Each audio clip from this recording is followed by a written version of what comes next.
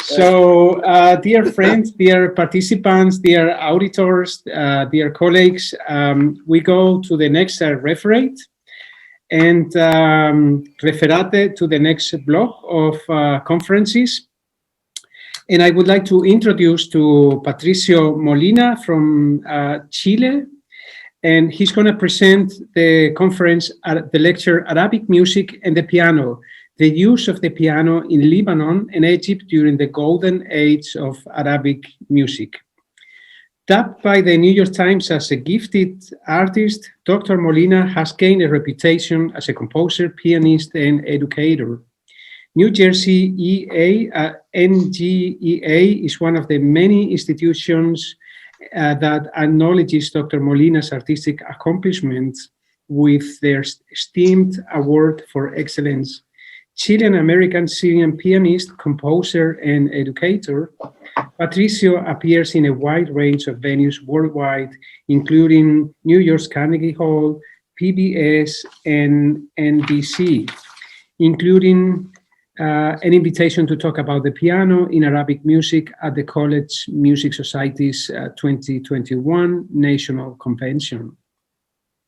Musical activities include commissions by New Jersey Youth Symphony in collaboration with Nokia Bell Labs EAT, Experiments in Art and Technology. Live streamed and live performances from Opera America, album recordings, lectures, and regular performances are Carnegie Hall. Patricio is committed to serving marginalized communities by commissioning new works from underrepresented composers, performing underrated works, and working toward decolonizing academic research. Patricio holds a master's degree with distinction from the Manhattan School of Music, a Doctor of Musical Arts in Piano Performance, and a PhD in Music Composition from Rutgers University. Please, ladies and gentlemen, welcome Patricio Molina. Thank you for that introduction, Agustin. It's a pleasure to be here.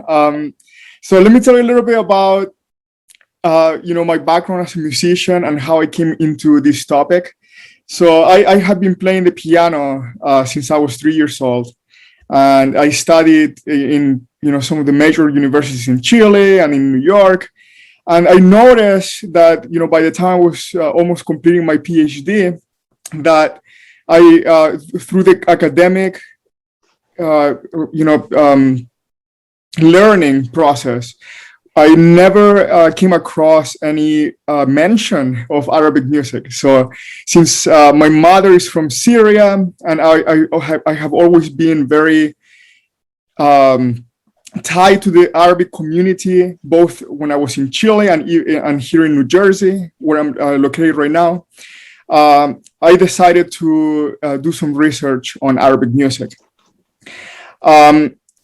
Now, what I'm going to talk to you today it has mostly to do with how the piano, because the piano is in a way the quintessential instrument of the Western theory, music theory, and how that was introduced into the Arabic music, which uses a lot of intricacies of microtonal music.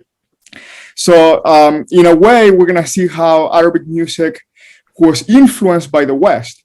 But before I go into that, I just want to mention that there's a long history of influence the other way as well. Arabic music or music from the Middle East influencing a lot of the practices that we do in the West.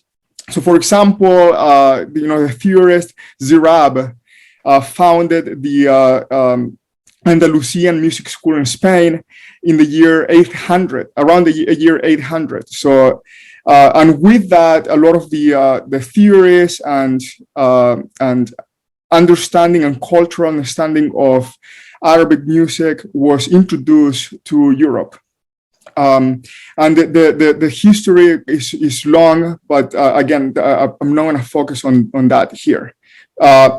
So one of the things that I noticed, studying all of this theory, and even studying theory in Western music, is that practice usually comes first, and the theory tries to understand what the practice is.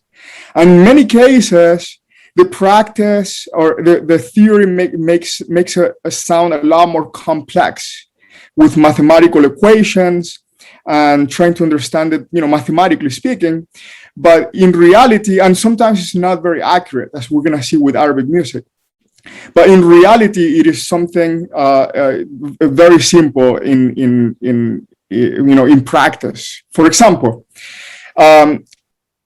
the instrument that the Arabs theorists use to rationalize their music is the oud. And the oud has the following notes that are open strings: the C, F, A, D, G, and another C, an octave higher. So again, it's C, F, A, D, G, and C. And these tunings of these open strings are based on the Pythagorean fourths. Okay, so they're based on those ratios, which, by the way, there's a few researchers that believe that the Pythagoras took this idea, of the string ratio from trips that he took to Egypt during that time. When he went back, he wrote it down. But so the tie, again, the influence between these two worlds goes way back. But these are the four open strings on the oud, and again, they're tuned in Pythagorean fourths.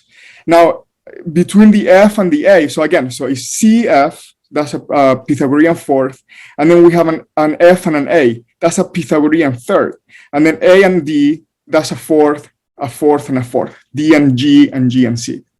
Now, the most popular type of scale in the Arabic music world is called the Rast, R-A-S-T, the Rast scale, or the Rast Makam, or the Rast Jins. I'm going to talk in more detail about that in a second. But that is the scale that is used most often in Arabic music. And the scale includes all the open notes, the open strings notes of the oud. Okay, so if we put all of the open strings of the oud in order, we'll get a scale that is missing the third degree and the seventh degree. So C, D, the third is missing, so we don't have the E. F, G, A, we don't have the B, okay, so that's missing, and then the C. So we have a scale, okay, with the open strings that are missing the third degree and are missing the seventh degree. Now, there is agreement in all of the Arabic world on the tuning of all of those notes.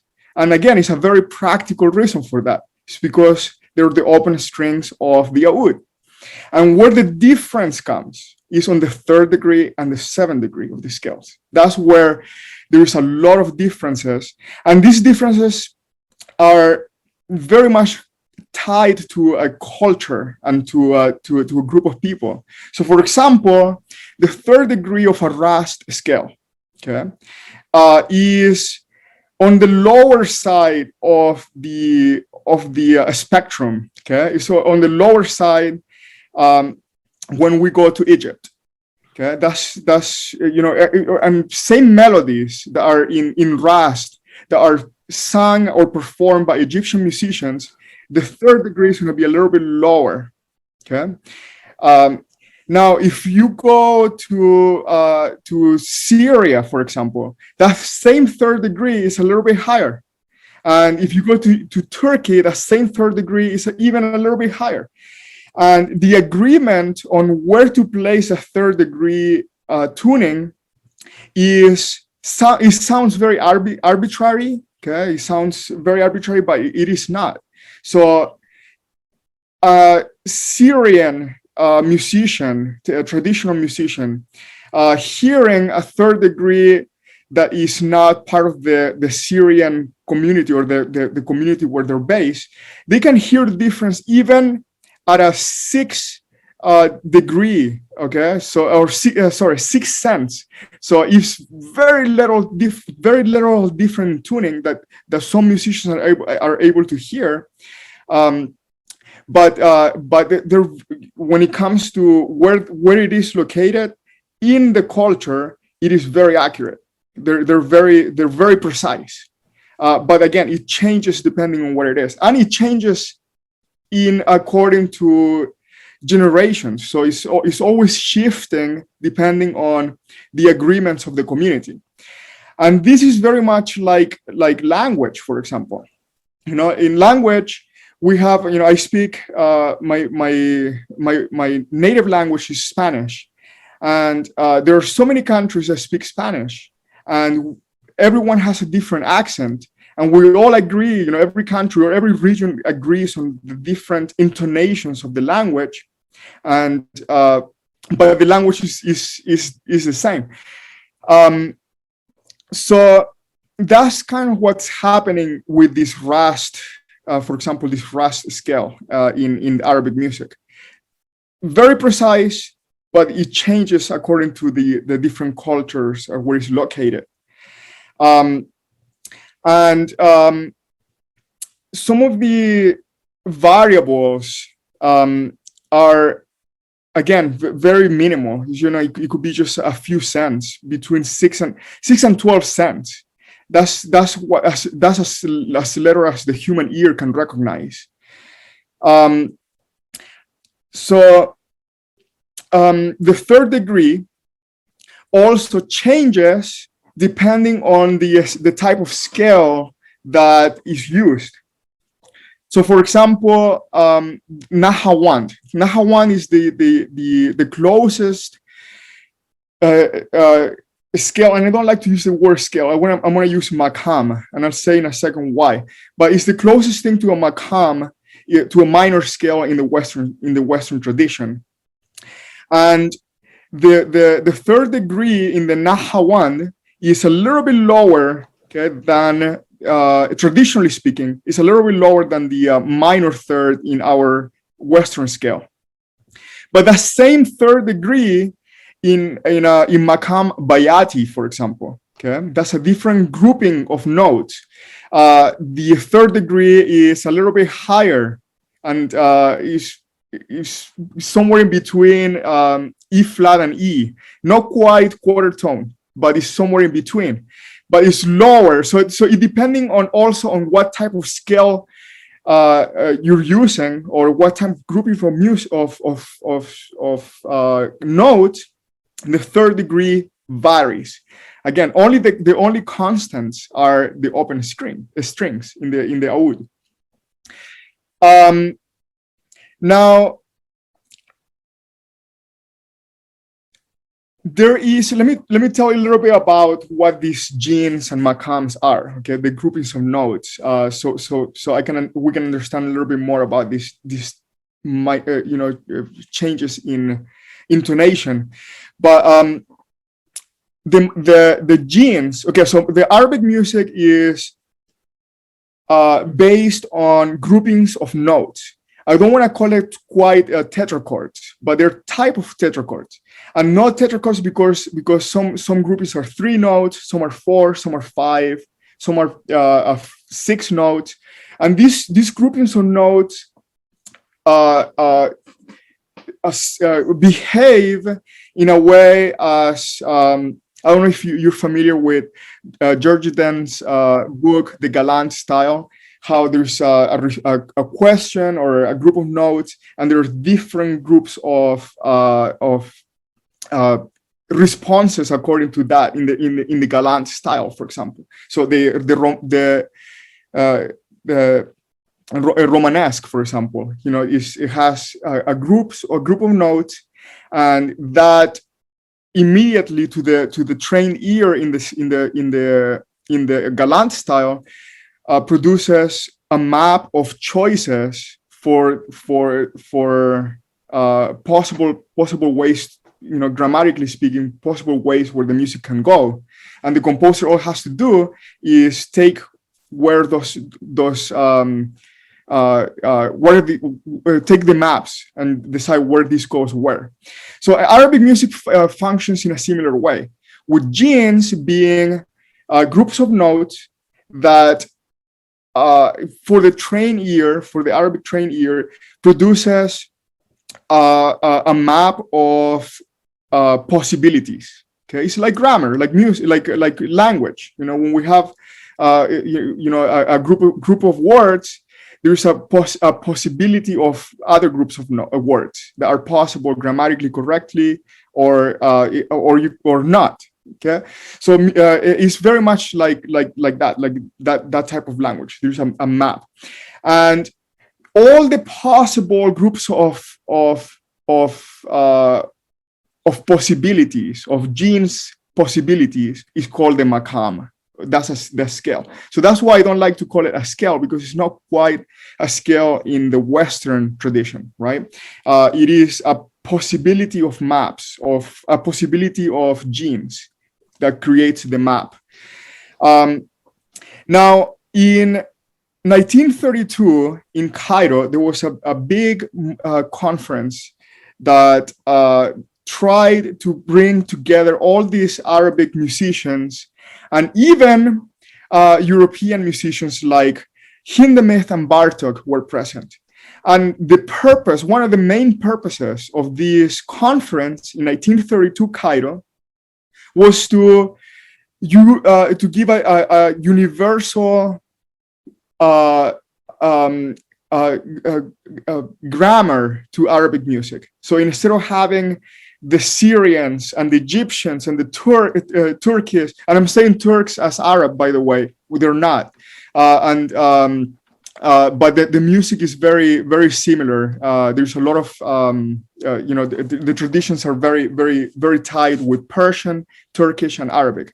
But for the purposes of this talk, I'm mentioning it as Arabic music.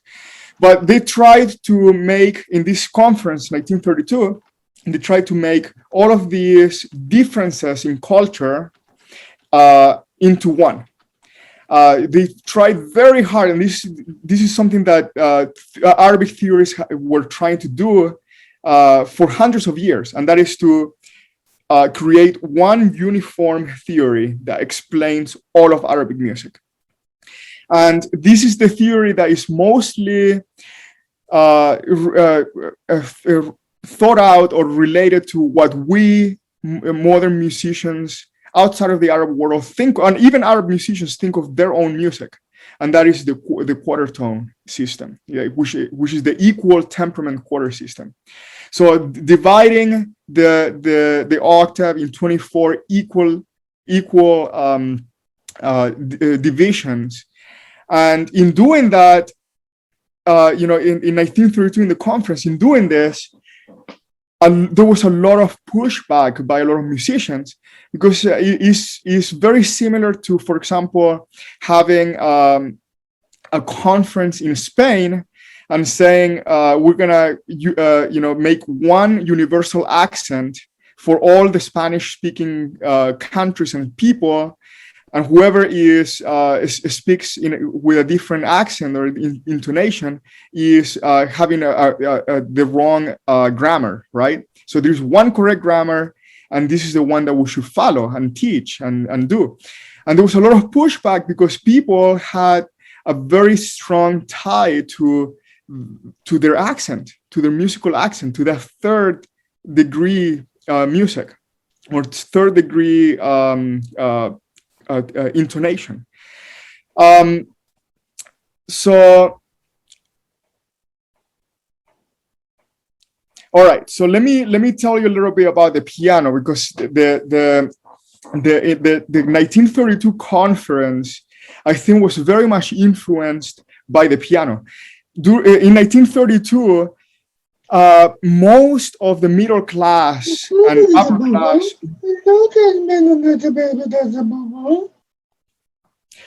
most of the middle class and upper class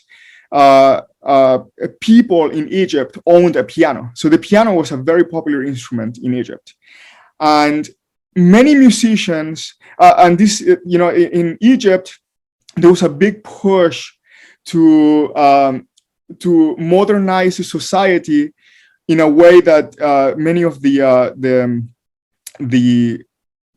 leaders of Egypt thought that the best way to do that was by westernizing the culture.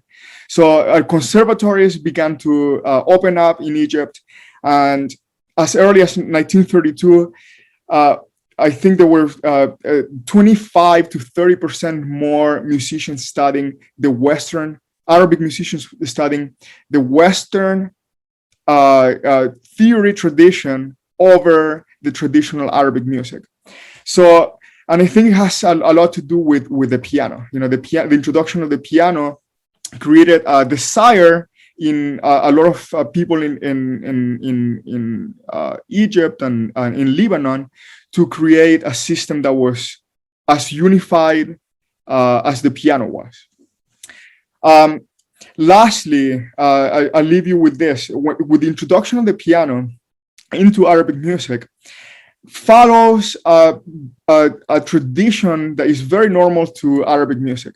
So these genes, okay, these groups of notes in Arabic music are a collection of notes that are introduced into the Arabic language from different parts of the world, including Persia, Turkey, and all over the Arabic world. So, and the process in which these genes are introduced into the vocabulary is through experimentation and repetition. So, if, for example, there's an Assyrian, Arabic music is passed orally, so it's through repetition and memorization, through memorization and repetition. So if a musician decides to do something different and add a different intonation or a different note or a different group of notes, and that new genes, okay, that new groups of notes is accepted by the audience, other musicians will try to imitate it. And if enough musicians imitate this new group of notes, it becomes part of the vocabulary. Okay, so Arabic music introduced the piano into their music, okay, as naturally, in a natural way, as introducing a new genes. So the piano and the tuning that the piano brought into Arabic music in the music of the 1920s, from Abdul Wahab and Zakiya Hamdan, uses the piano in this, with this lens, with this mentality, thinking of it as a new set of notes, possibilities that can be introduced as part of the overall map of Arabic music. So I think I'm going to leave it at this. If there's any questions, I'm happy to answer them.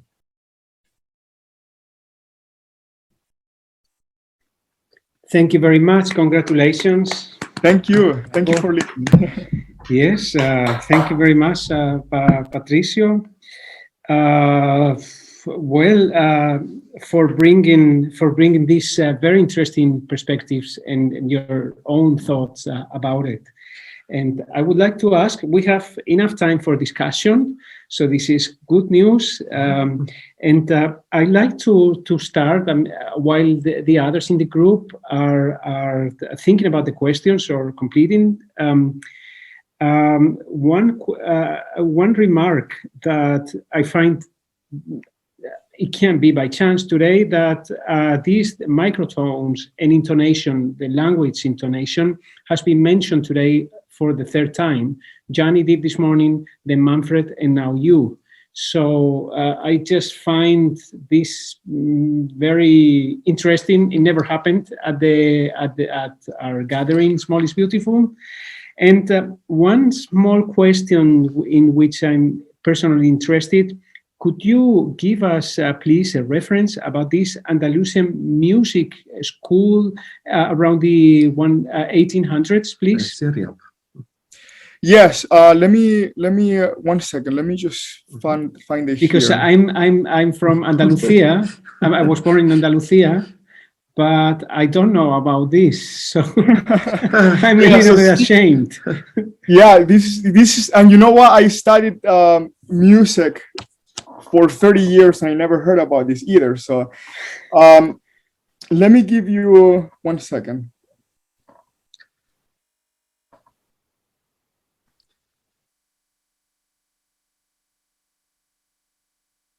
All right, so all of these, the history of Arabic music is found in a book, okay, that was published in 2002 in Lebanon, and it's called The History of Arabic Music by Ma'alouf, M-A-A-L-O-U-F,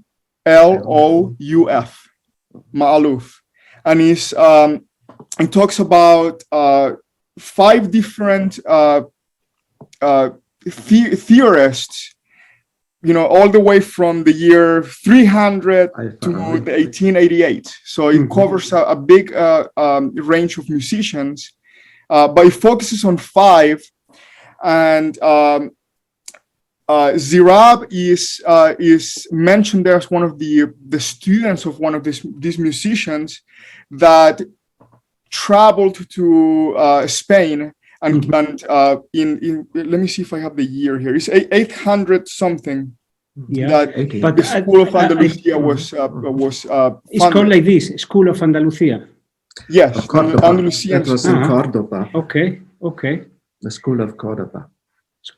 Was in the 9th century. In the 9th century. Yes, in the 9th century. Correct. And of course, he was not just a musician. He brought also the etiquette for the table, for the European table, like dressing and eating, like a spargel. Yeah, thank you very much. One of the founders of spargel. And to dress more than one time a day. Yeah, so I'd like to ask to the group if you have any questions for Patricio Molina, please.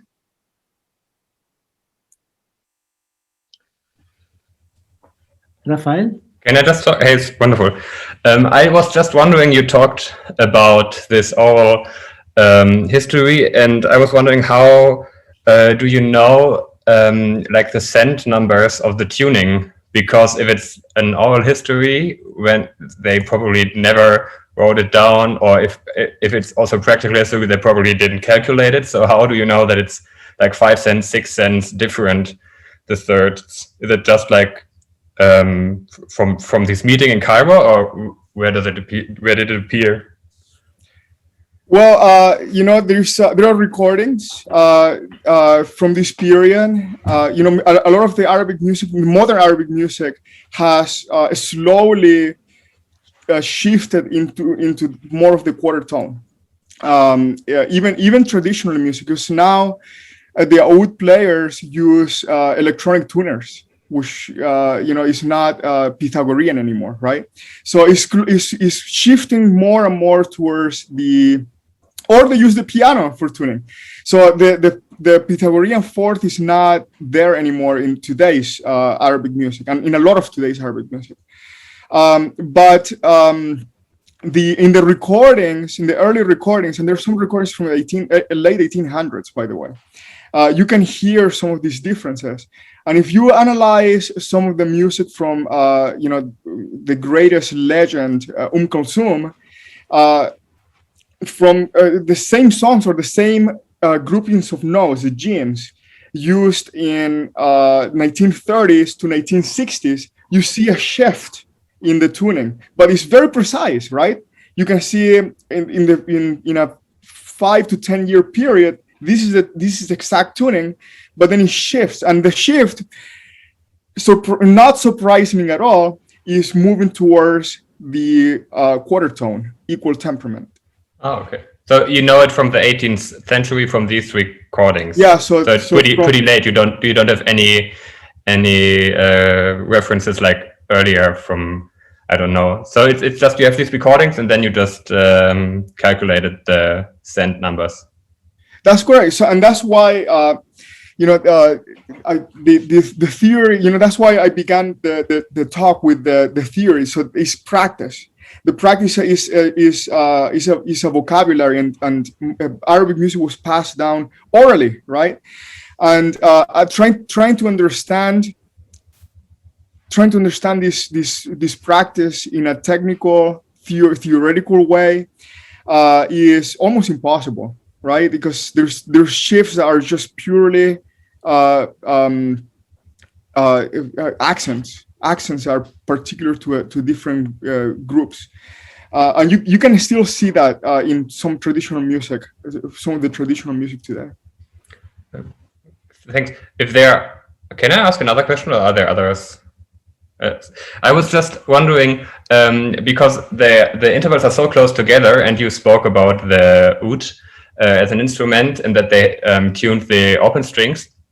So how accurate is it possible to keep this tuning, and how important was it to them? Because as soon as you use the frets, you lose a lot of this tuning, because you bend the string, so it's more or less really in a range which is not really, where it's not really possible anymore to differentiate between like 6 cents and 12 cents. Yeah. And again, the modern Arabic music is shifting, is becoming more on the equal temperament. So, for example, the qanun. Qanun is the closest instrument that we have to the piano in Arabic music, right? And other Middle Eastern areas, including I think Greece, also uses a type of qanun. But the qanun is tuned in equal temperament with quarter tones. And you can do a little bit of shifting here and there depending on how you use the finger, but is very restrictive compared to, for example, the violin or the voice. And the qanun began to become more popular in Arabic music in the 20th century. Before that, there was another version of the qanun that did not have the frets, right? So there was more freedom to where exactly the tuning was or the intonation was. But with the frets, it limited the possibilities of the instrument. And I know that a lot of musicians. There's a musician, Razi, in California, who he wrote about how the qanun is very restrictive in the music, and it's becoming more and more restrictive in that sense, because in the traditional sense. Thank you. I think my colleague has a question, Johannes, and I'd like to, on the first day, on the general presentation of the symposium, I mentioned that in 2007 we had this East-West convention in Salzburg at the Ecumenic International Society, organized by Johannes. And I think your question? It belongs perhaps to that part. There's a special reason, I believe, as piano music, Western piano music, and came to the Arabic countries and changes special tunings there. As in the conference of Cairo, 1932, there also had been, as a visitor, as participant, Alois Haber from Czechoslovakia, and he was a father of microtonal music, and he expected that this conference would make his tuning of 24 equal division very popular in Arabic countries, and he possessed in the time already a quarter tone piano. And this idea later had been picked up by Yamaha and others.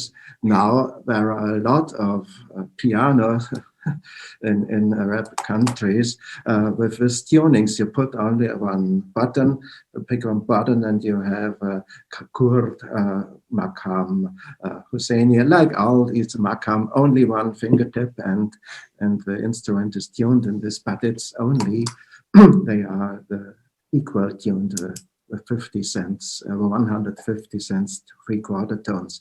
And I made experience in our conference 75 years after the Cairean conference that the difference in all Arabic cultures is still the same. Who love the original music, they cannot accept this equal tuning. Correct. Of course. Yeah. And you know, something very, very interesting happened in the Cairo conference, because musicians in the Arabic world were divided and still divided into the traditionalists and the musicians that want to embrace the Western influence. So even at the conference, there were Arabic musicians that were very willing to completely get rid of quarter tones, even quarter tones, just to embrace harmony, contrapoint in the Western sense. And there are, you know, musicians like Bartok and Hindemith were the ones that told them, well, hold off, you know.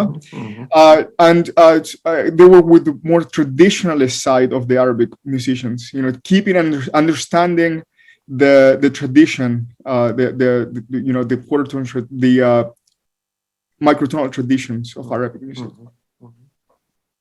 But Patricio, I'd like to read 2 comments from the chat. Okay. One is from our Ekmeli colleague Ulftita Soika.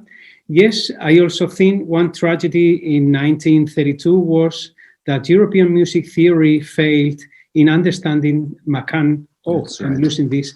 Makam thinking. But another tragedy is that we altogether failed in finding a standard notation which could include so many different microtonal cultures. This is one comment. Yeah, and you know what? That tragedy goes back even to Arabic theorists, as you're gonna see in that the book that I suggested, The History of Arabic Music Theory. Arabic musicians and theorists try to understand Arabic music in equal temperament for many hundreds of years before that conference, and each time it failed. And the reason is because of that. Again, for language, it's like having Spain dictate what the correct accent is for everybody else. It just cannot happen. Now, it cannot happen even in one whole province in Spain. There's no way, I can tell you. So this is what that's, you know, trying to create one grammar of intonation for a whole group of people is impossible. And you know, I lost my train of thought here. What was I gonna say? Anyways, it'll come back to me. I'll take the next question.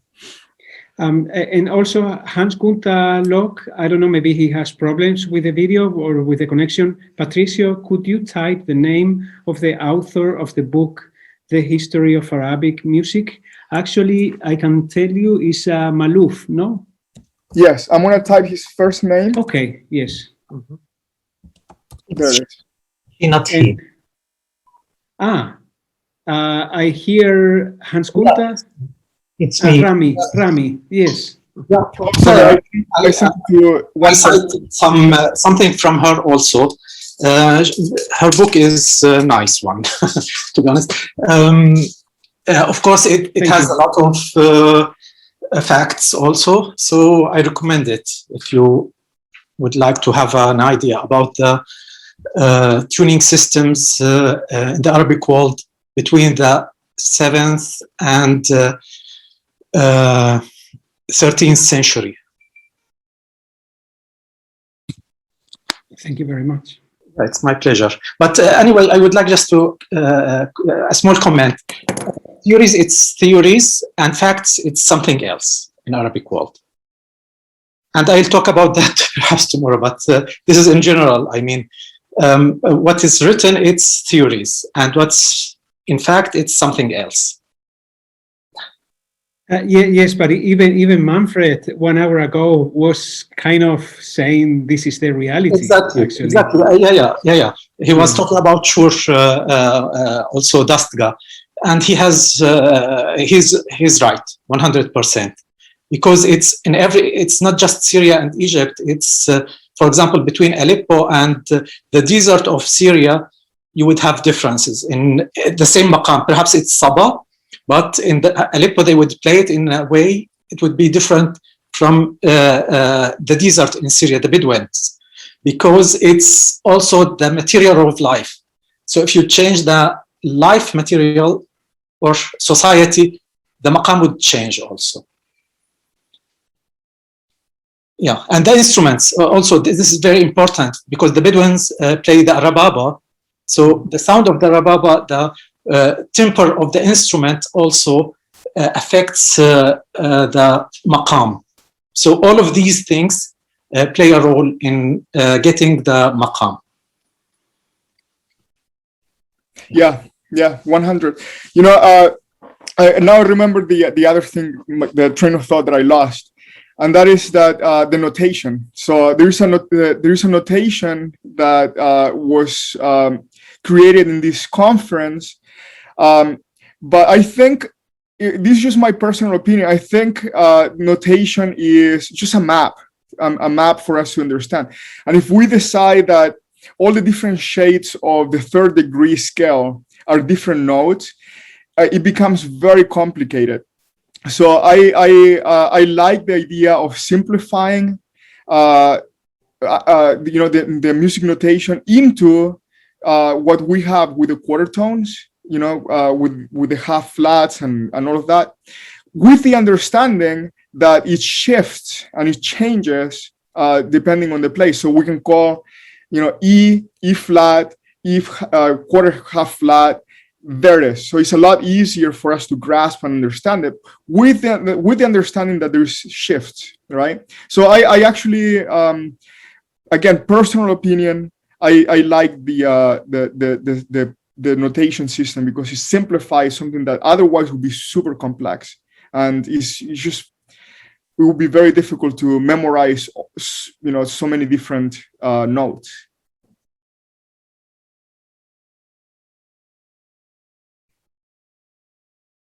You're mute, Agustin. Sorry. Thank you very much for these wonderful perspectives. I would like to ask if there's a last question in the group, maybe. Otherwise, we can gain 1 minute or 2 minutes for the next presentation, because I will explain, we will need it actually. So thank you very much, Patricio Molina. Thank you, everybody. Thank you. A pleasure to have you here. Thank you. So we will continue, and I will be assisting our dear colleague. I mean, he was already here in the edition of 2007, Iván Hernández. And, where's my paper? So we will be he will be talking in Spanish. So maybe I will play a video. It's going to be in Spanish. So for Patricio, no need to turn down the volume, but there's a written translation of this, and I will be also assisting with the music. So that's why if we have an extra minute, it will be great. Okay, so Iván Hernández, I don't know if he's already with us. He also have to say with the gallbladder, I think you call like this but Iván is there already. He's at the moment, he had some little stones in the gallbladder. So I hope that he's feeling much better today. And so he will present about the expansión de de la marimba, expansion of the microtonal marimba. And Iván, in 2002, self-taught in the study of marimba in quarter tones. He has made several compositions for the marimba and other percussion instruments, promoting the traditional and contemporary marimba, works of Mexican and other composers. He's currently working on the project Expansión de la Marimba Microtonal, expansion of the microtonal marimba, which seeks to expand the repertoire of this instrument. He studied Sonido 13 with Jorge Echevarría and percussion at the School of the National Autonomous of Mexico, Universidad Autónoma Nacional de Mexico, with teacher Gabriela Jiménez Lara. Recently, he has participated at the Symposium Microtone Small is Beautiful at Mozart University in 2017. At the IGEM Festival that we also organized a year after, 2018. New music touch points at the Días de Música Electroacústica in Lisbon during 2018, and at International Festival of Microtonal Music, Microfest in Zagreb, Croatia, in October 2018. Please, ladies and gentlemen, welcome Iván Fernández with the expansion of the microtonal marimba. Thank you very much. It's very important for me to stay with you, and I don't speak English very well, but I tried to speak this conference. And perdón, Agustín, ¿están viendo ustedes mi pantalla? Yes, todo perfecto. Bueno, si están viendo la ponencia, entonces ahí voy a comenzar. Sí, si quieres ponerla en grande. Es que tengo algunos problemas aquí. I can assist you. Yo pensaba que yo te iba a poner el vídeo. Si lo pones tú, mejor, así controlas. Bueno. Lo que pasa es que la conferencia no la puedo subir desde aquí. No sé por qué. ¿Pongo el vídeo, Iván? ¿Prefieres que ponga el vídeo y te quedas con nosotros? No, bueno, voy a leer. Vale, vale. Excelente.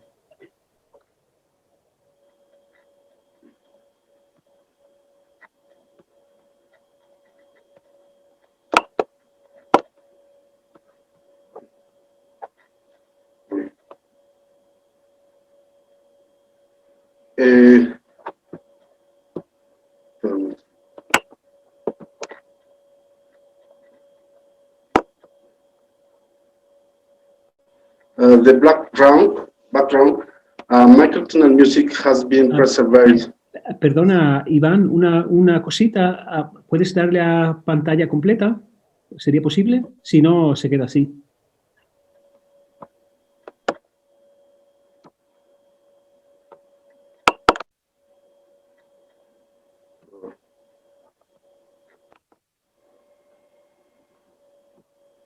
Perdón, no sé usar muy bien esto. Bueno, voy a tratar de seguir.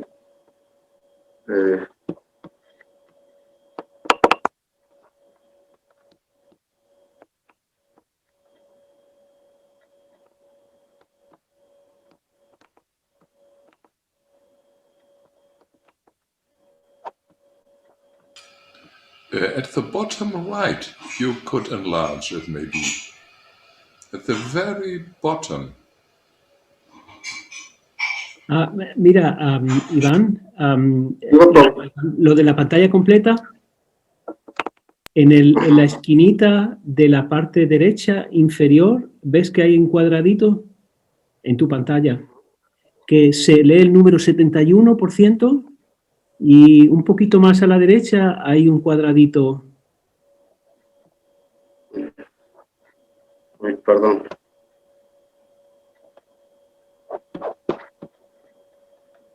Si no, puedes darle a Command y F y te pone pantalla completa, full screen. Así, sigue con el ratón para abajo, sigue con el ratón para abajo. Yo veo el ratón, ¿lo puedes bajar un poco? ¿Ves el Perdón, ratón? tengo muchos problemas, ¿no? ¿Qué hacemos? ¿O ponemos el video y me conecto sobre la... Pero mira, si quieres, ¿ves el ratón?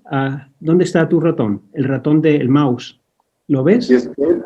Bájalo, hacia abajo, abajo. Pero es que estoy en pantalla chica y ya no me permite la pantalla grande. Ok. No sé. Mira, si vas con tu ratón, porque tienes el ratón arriba, seleccionar. Si baja un poquito más con el ratón, un poquito más. Sigue bajando hacia la esquina derecha. La esquina de abajo derecha. No me da la... Perdón. Pero tienes el ratón La arriba. verdad. Sí, pero es que no me puede abrir la pantalla, no sé qué pasa. Ok, yo pongo el vídeo. Okay, I will play this video. Okay, we were trying to find the best solution, so okay.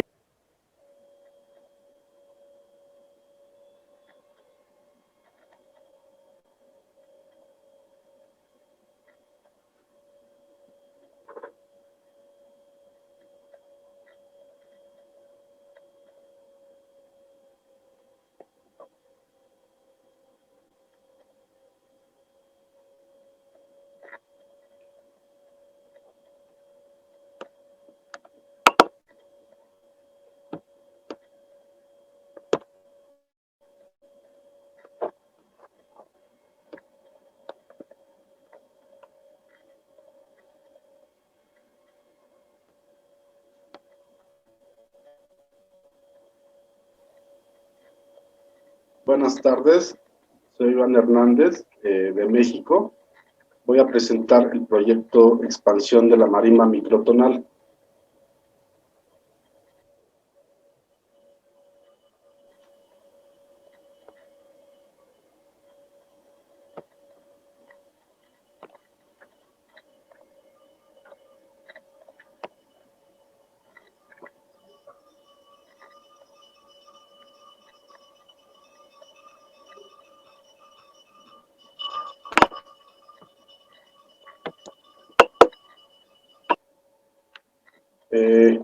Bueno, este proyecto Expansión de la Marimba Microtonal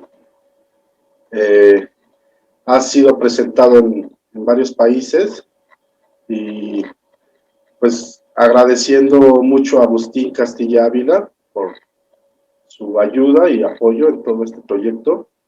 Y bueno, voy a leer en español y les pongo la presentación en inglés para que ustedes puedan entender mejor. Voy a leer antecedentes. La música microtonal se ha conservado desde la antigüedad hasta ahora. Está presente en muchas culturas del mundo. La música árabe, turca, 24 sonidos por octava, e hindú, 22 sonidos por octava. Tiene sistemas musicales en microintervalos. Otras culturas, como la cultura asiática indoeuropea, principalmente la griega con estudios de Pitágoras.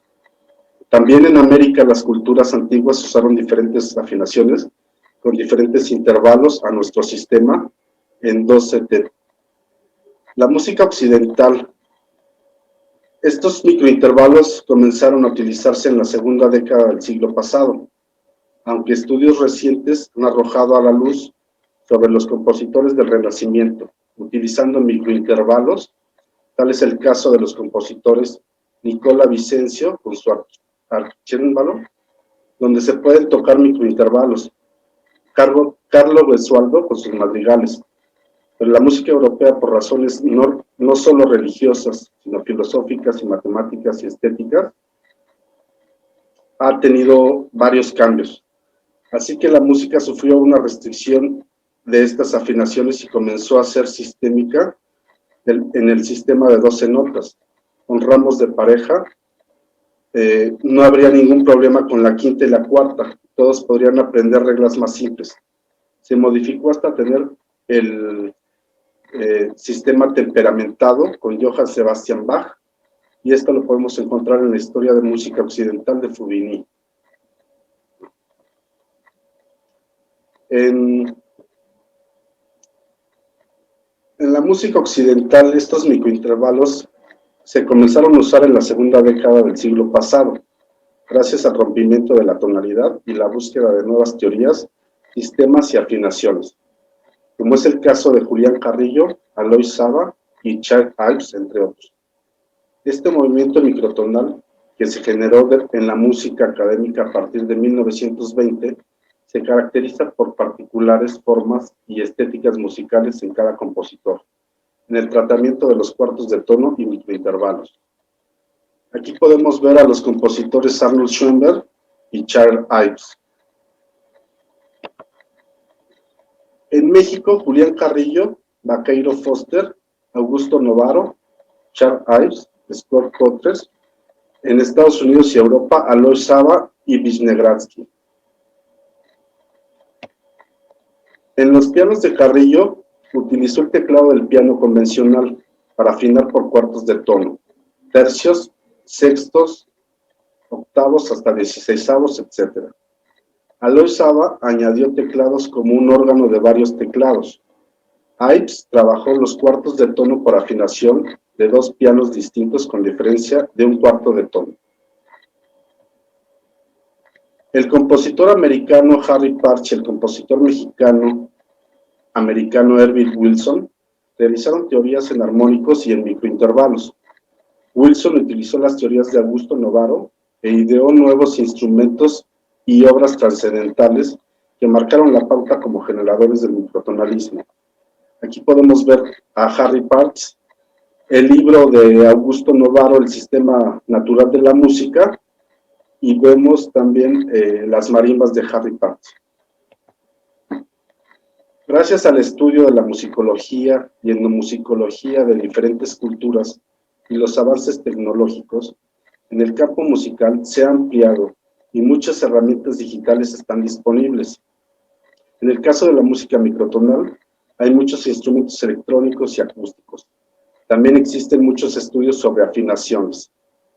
Actualmente, con el desarrollo de los medios electrónicos, la música ha dado un cambio radical desde el siglo XX al XXI, y se pueden crear espectros sonoros, nuevas armonías, series Fibonacci y proporciones áureas. Estas son solo algunos de los modelos y recursos de los nuevos compositores microtonalistas. Además, podemos obtener mucha información en Internet y estar prácticamente en cualquier parte del mundo, lo que propicia que músicos de distintas culturas se puedan acercar a otras culturas del mundo. Ahora, Julián Carrillo, bueno, el sonido 13 en México. Julián Carrillo es uno de los más grandes músicos de México. Se formó en Leipzig con Jadeison, un estudiante de Johann Brahms. Es el primer sinfonista de México, uno de los pioneros en usar microintervalos en el lenguaje de la música occidental. Investigó las relaciones del sonido entre la física y la música. Inventó instrumentos y formuló su teoría del nombre simbólico del sonido 13, que dio a esos microintervalos. Su sistema se basa en cuestionar el sistema temperado.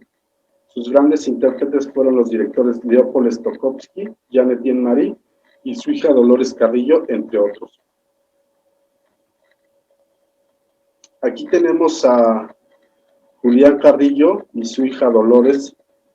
También tenemos el piano patentado por Carrillo, que es un teclado convencional afinado en los microintervalos diferentes.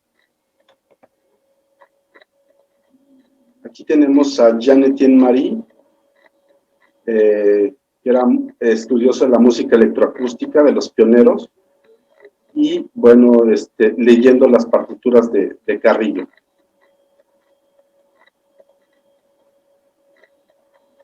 Después de la Revolución Mexicana, el proceso armado duró 20 años. Julián Carrillo fue exiliado por cuestiones políticas y se fue a Nueva York, donde desarrolla su teoría del sonido 13. Al regresar a México en 1927, publicó sus primeros tratados sobre su sistema microtonal, que llamó Sonido 13. mencionando sus descubrimientos de la partición del tono hasta 16avos de tono. Pero es impugnado por el compositor mexicano Carlos Chávez, ya que la estética del sonido 13 y su música por microintervalos no encajaba con la estética del movimiento nacionalista en México, acusándolo de teorías falsas y neorrománticas. Aquí tenemos a Carlos Chávez en la fotografía y tenemos Preludio a Colón de Julián Carrillo. También podemos ver el sistema de notación normal y el sistema numérico en la parte de abajo, en la tercera imagen. Aquí tenemos un arpa, la cual es de 16avos de tono, que fue hecha por el discípulo de Carrillo, Óscar Vargas.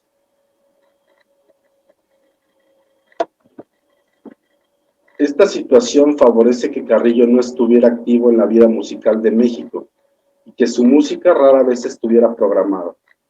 Afortunadamente, el gran músico francés Jean-Étienne Marie propone grabar y publicar sus obras más importantes en el sistema temperado, como su cuarteto y sexteto para cuerdas, 3 sinfonías y suites para orquesta, entre otros.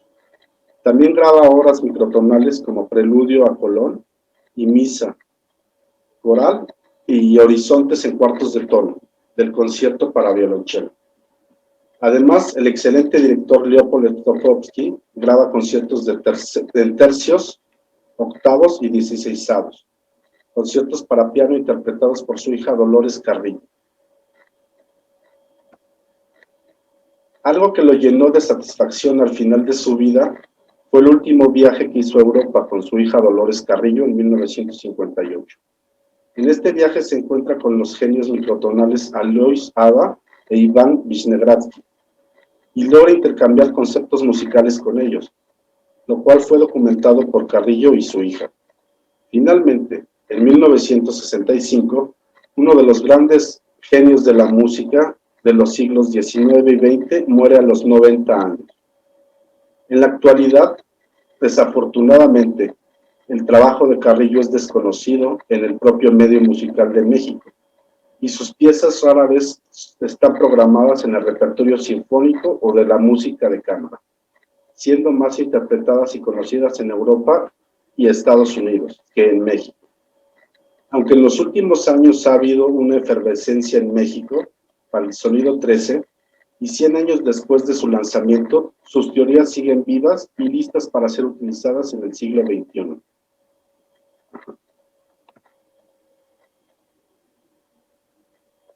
Aquí tenemos el sistema de metamorfosis de Carrillo, que obedece a un sistema que él creó, en donde se puede cambiar cualquier sinfonía, transportarla en otros sonidos, para utilizar los mismos ritmos, pero la melodía va cambiando. Bueno, la marimba es un instrumento en constante cambio desde sus orígenes y ha tomado distintas formas organológicas desde sus comienzos. Los instrumentos por agrupamiento de tablillas, ya sean de madera o de metal, son muy variados en sus nombres, afinaciones y en la disposición de sus notas.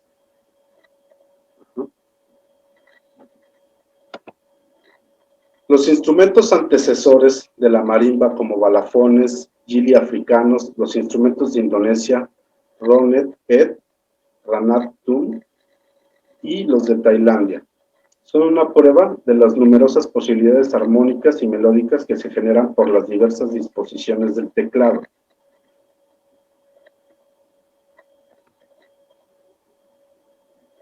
Cambiamos.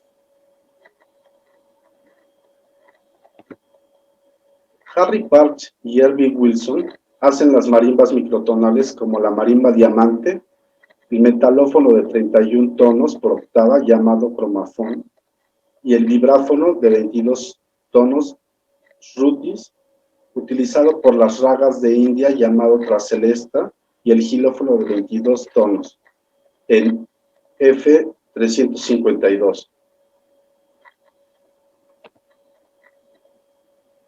Por otro lado, la teoría del famoso marimbista Robert Van Cise nos dice que las primeras formaciones de tablillas, el hombre primitivo seguía una afinación natural en microtonos, que se parecía a lo que hoy es su marimba contemporánea en cuartos de tono.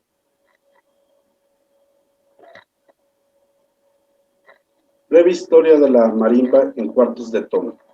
Este instrumento se suma a la gran colección de instrumentos y arpas, pianos en cuartos, octavos y dieciseisavos de tono en el sistema del sonido 13, inventado por el maestro Julián Carrillo y sus discípulos. Esta marimba fue inventada por el flautista mexicano Jorge Echeverría en 1991 y es la primera marimba de cuartos de tono en América Central. Desde su invención y fabricación, esta nueva marimba ha causado admiración, controversia y expectativa por su propuesta radical, especialmente por emerger en un estado con una fuerte tradición popular de la marimba.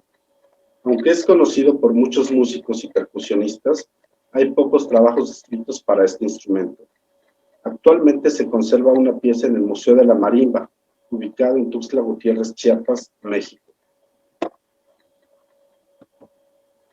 Posibilidades del teclado de la marimba en cuartos de tono respecto al teclado tradicional. Esta marimba en cuartos de tono consta de 2 octavas cromáticas y cada uno de los teclados, el teclado de la parte inferior está afinada de 2.5 a 2.7 y el teclado superior está afinado en cuartos de tono respecto al anterior, es decir, 2.5 un cuarto y 2.7 un cuarto. El sistema numérico y el sistema de sonido 13 de Julián Carrillo. Podemos ver aquí I speak in English. 0, C is 0, C sharp is 1, D is 2, D sharp is 3, E 4, F 5, F sharp 6, G 7, G sharp 8, A 9, A sharp 10, B 11.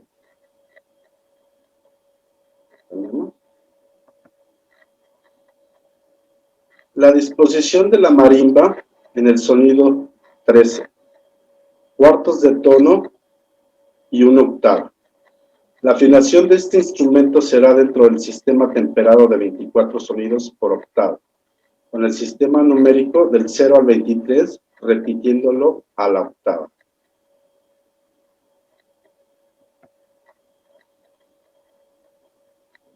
Nuevas marimbas y familias de instrumentos de percusión. Marimba en cuartos de tono. Esta nueva disposición nace de un set de marimbas de teclado tradicional afinadas a 50 cents de distancia y nos permite diferentes acomodos respecto al primer teclado. Este posible cambio de naturales en 50 cents arriba nos permiten diferentes posibilidades. Marimba de sonidos naturales y no temperados. Marimba por armónicos en el sistema de Augusto Navarro, respectivamente con la ley de armónicos. Marimba primitiva aleatoria, donde la afinación es aleatoria y natural usada progresivamente. Expansión de la marimba microtonal.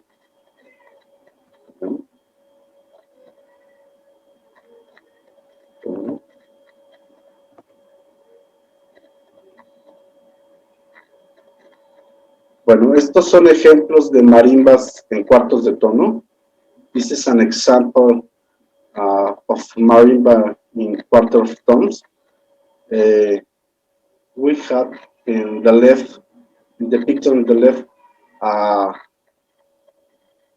one marimba of 5 octaves per octave, and is the 5 octaves. And in the right, we have a marimba in quarter of tones.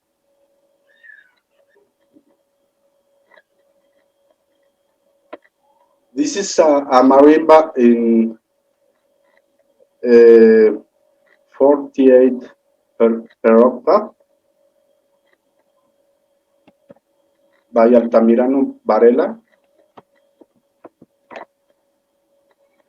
This is a marimba of quarter of tones. In the low have a natural sounds, and in height we have a quarter of tone.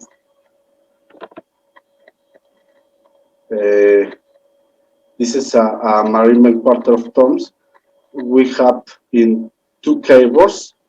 One keyboard is the natural notes, and second keyboard is the chromatic scale in quarter of tones. The expansion of project was the marimba, microtonal marimba. Podríamos poner This is the repertoire and improvisation for quarter tone marimba and vibraphone. Tacal for quarter tone marimba and vibraphone by Iván Hernández. Hydra for quarter tone marimba by Nicola Bisali. Nikitoa for quarter tone marimba and vibraphone by Nicola Bisali. Amaneceres, Sunrises, improvisation by Iván Hernández.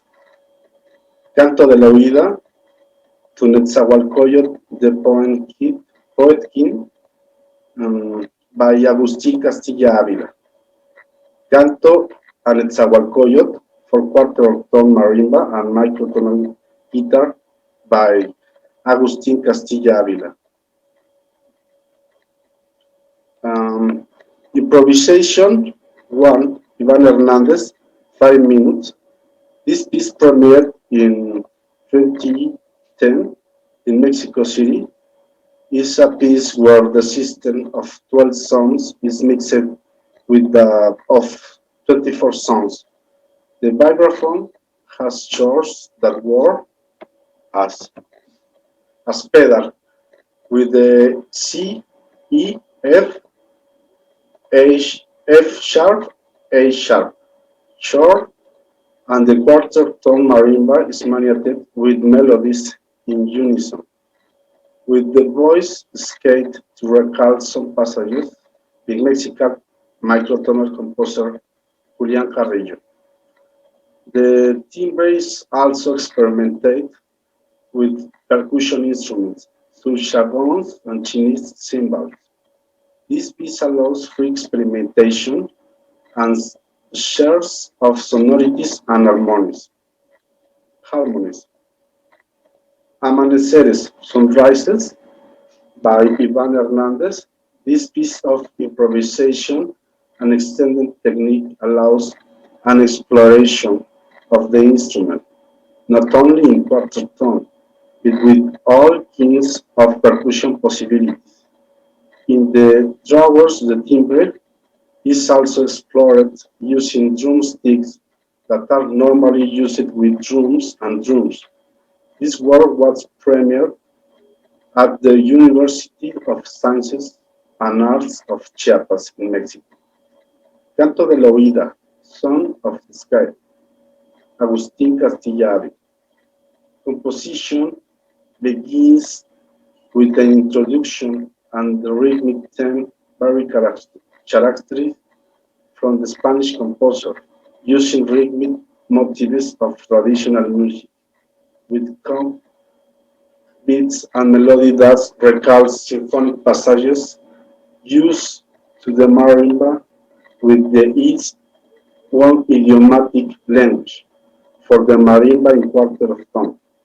It will be a reference is the written in quarter of tone in a single pentagram with the Skinner system. It implies a study of the new alteration that presented new difficulties for the execution of chords and melodies, and also a study of techniques new harmonies and melodies that remind use of makan, scales in quarter of tone used in Arabic instruments. The word was set of the poem of the Aztec king Nezahualcóyotl, alone used to mediate about this mythical character, thus his soul and conception of life in death in still present European of days. Hydra by Nicola Visali. Within the piece, Nicola Visali has two lines with independent movements and resolutions in two chromatics. On it, quarters written on the pentagram above, and the pentagram below represents the temporal keyboard.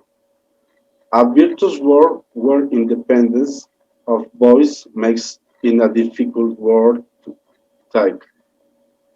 It's made with the forms of the eights, has a big chromatism to call in some way signs. Modes of the two voices do not slowly be joined, degrees by quarter tone, if no different micro intervals, by hyperchromatis, without doubt one of the examples to follow for the other composers we want to play reading for this instrument. In this case of the words Hydra, Nikitoa by the composer Nicola Visali can be replaced by the transposition of the quarter tone by writing two Ks of G, a fifth pentagram for each keyboard with the transposition of the second pentagram a quarter of tone. Nikitoa by Nicola Visali, pieces based on the poem by Nezahualcóyotl. This work conceives the interpret not only as musician but as narrator, actor, philosopher, and dancer in single performance.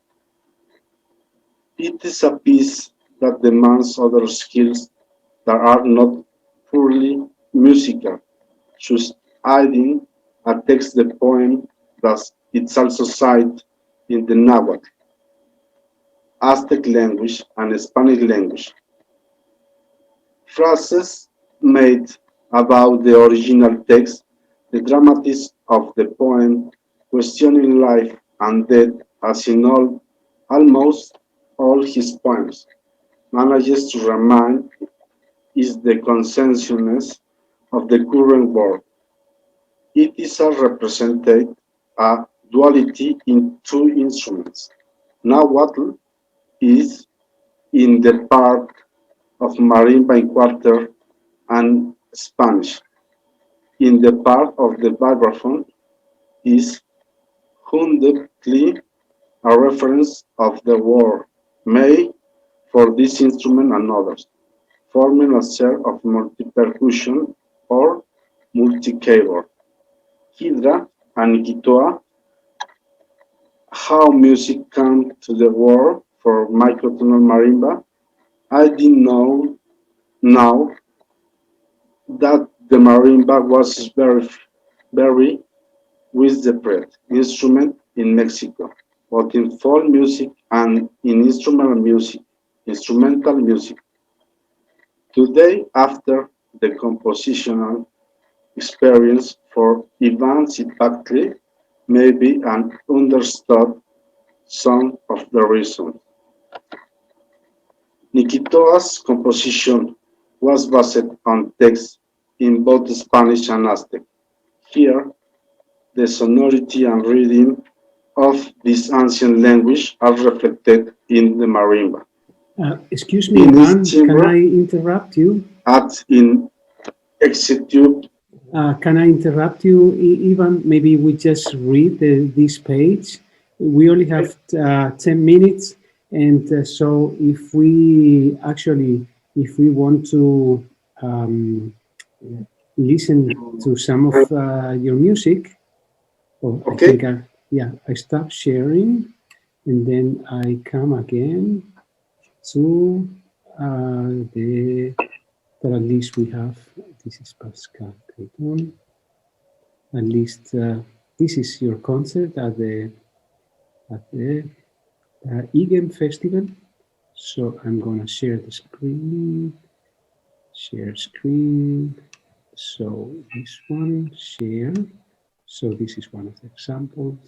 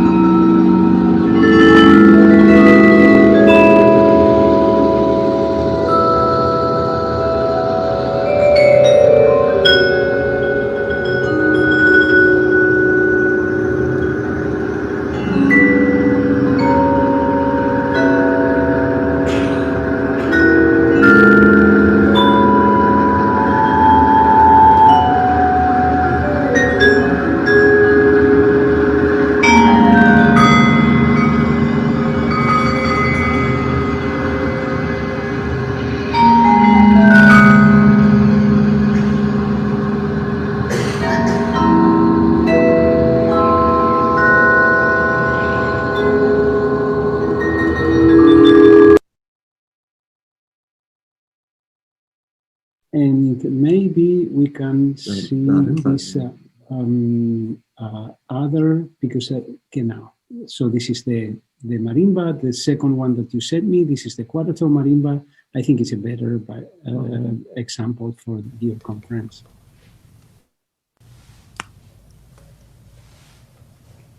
At the BME Festival.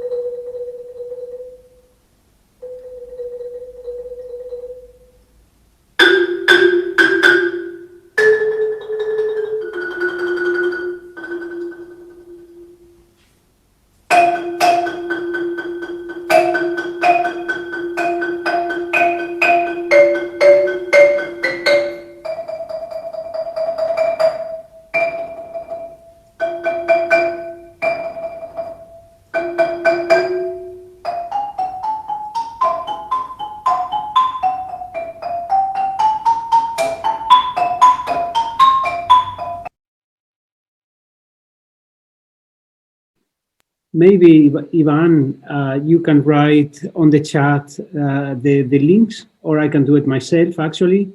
I'm sorry to interrupt you, perdona que te corte, pero sí tenemos por lo menos 5 minutos para la discusión. So for the group, I would like to ask you, thank you.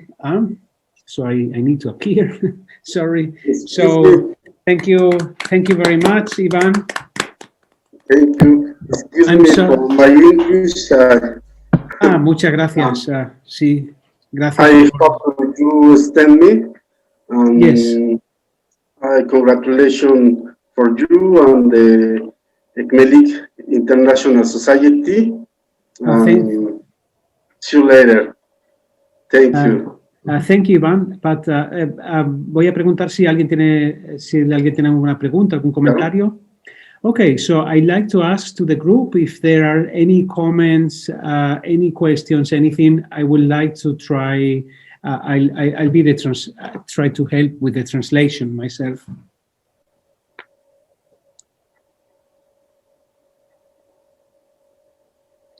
O otherwise, ¿nos puedes decir, porque yo tengo mucha curiosidad, en qué punto está la expansión de la marimba, tus proyectos con la expansión de la marimba, nuevas composiciones? I'm very curious about the point where your expansion of the microtonal marimba is at the moment, if new compositions are coming. Are there any new plans? ¿Hay planes nuevos con las composiciones, Iván? Bueno, hay varias obras que ha escrito Nicola Visali que por algunas razones no he podido tocar, son unos cuartetos con cuerda y ha sido un poco difícil sacar subvenciones para esto, pero espero próximamente hacerlas. Okay. ¿Me da un poquito de tiempo para traducir? There are a couple of compositions from Italian composer Nicola Visali with a string quartet, but they have not yet been premiered. Sigue, por favor. Y en Lituania, posiblemente muy pronto con Vitautas Germanivicius, que también nos acompaña en este Symposium, en el Microfeds. And also in Vilnius. Actually, we're together in that festival between the 10th and the 12th of September in Vilnius, Lithuania. Y bueno, pues también el proyecto pues está con la marimba de 5 octavas en cuartos de tono. Pues quisiera hacer una invitación si a alguien le gustaría escribir algo, o bien pues también trataré de buscar apoyos para poder hacer algunas comisiones para este instrumento. Okay, I think this is important that I translate now. He just built, a new quarter-tone marimba 5 octaves has been built, and this is an open invitation to composers to write for this instrument. He's currently trying to get funding for the commission program for this instrument for composers in the group. Sigue, por favor. Y bueno, pues también estoy tratando de hacer nuevas marimbas como proyecto en algunas afinaciones distintas. Claro que ha sido muy difícil realizar este proyecto, pero bueno, pues es una invitación a que también los instrumentos de percusión tomen músicas con otras afinaciones. Okay, so he's also planning to use different tuning systems for the marimba, for building new instruments. And I see, it's actually time, but Rami has a question I'd like to ask, to invite Rami. Okay, perhaps it's better to ask in Spanish or English. Okay, yeah. Okay, Noah. I thought it, okay, Noah. como ahora Carrillo tiene una influencia de la música árabe, ¿tiene como un plan para tocar algo con una música del mundo árabe, por ejemplo, improvisar o hacer algo como música tradicional con música contemporánea?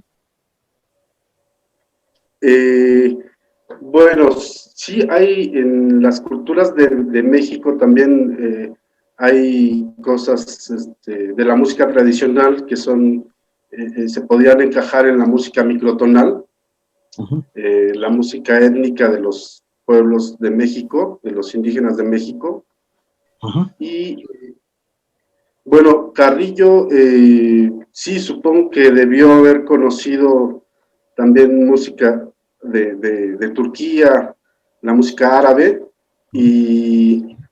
pero aunque pienso que el tratamiento que él dio fue como más basado en la música occidental, pero sí tiene pues muchas publicaciones donde habla de sus sistemas de afinación.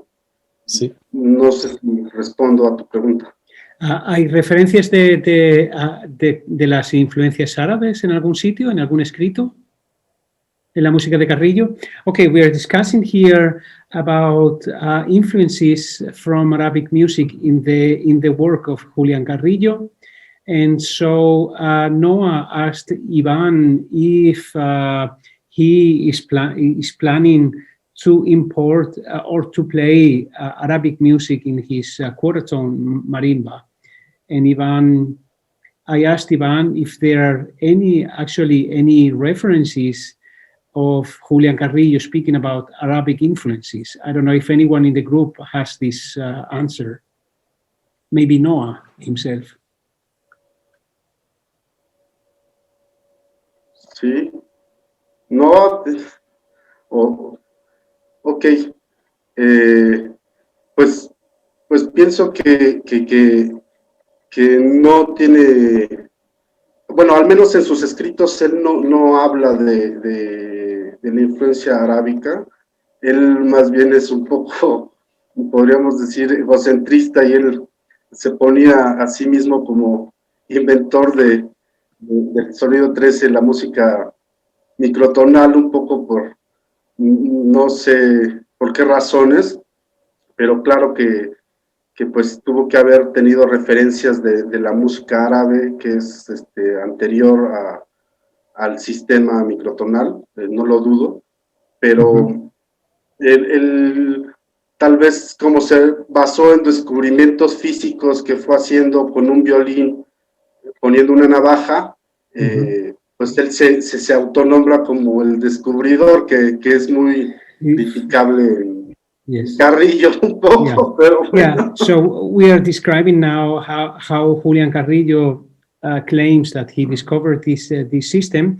And I would like, Iván, we are 3 minutes late already.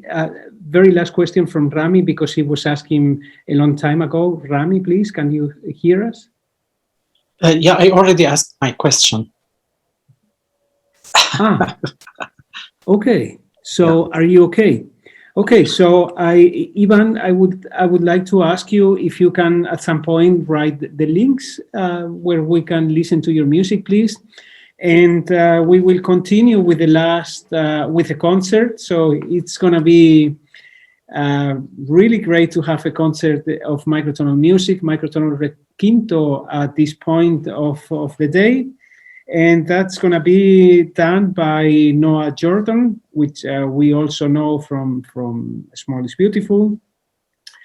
So he will delight us with a concert by just Intonation Requinto. Noah Jordan is a multi-instrumentalist, composer, and producer from Vancouver, BC, Canada, who explores the effects of the construction and abstraction of musical tuning. There is a conception of music that focuses on the infinitude of microcosm, a view on optimization that believes in the beauty of imperfect parts. Gödel's incompleteness theorem shows the limitations of formal systems. which this music shows the interrelation between formal systems and their physical impossibilities, the attempt of the finite to represent the shadow of the infinite. Noah's work is focused on the relationship of the boundaries of our perception with contextual, cultural, and physical relationships within sound. Playing games with the relationships between instrument, musician, expectation, perception, audience, context, venue, formality, reality, frequency, time. Please welcome Noah Jordan. Okay. Hi, thank you, Augustine. Thank you all for having me here and for sharing all your works. So here I have one of two microtonal Requintos. This was made this past December, and it's tuned in a just intonation set that's focused on a diatonic major and minor scale, as well as including a number of the seventh harmonics. So we've got one 13th harmonic here, 13 over 12. We have the just major second. We have a 6/5 minor third. We have a 7/6. Sorry, this would be the 7/6 minor third, the 6/5 minor third, the 5/4 major third, and we continue in that pattern. So we have the 4 and the 5th. We have a 9/7 large major third. We have a 7/5 tritone. And so it's kind of following the pattern of having both a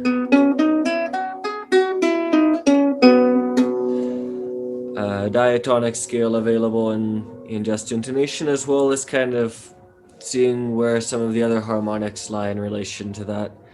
I've spent a number of years now with different equal temperaments with 15, 16, 17, 18, and 19 divisions of the octave, and I wanted to hear a bit in more detail what these harmonies were supposed to be approximating, so I started to work with these instruments.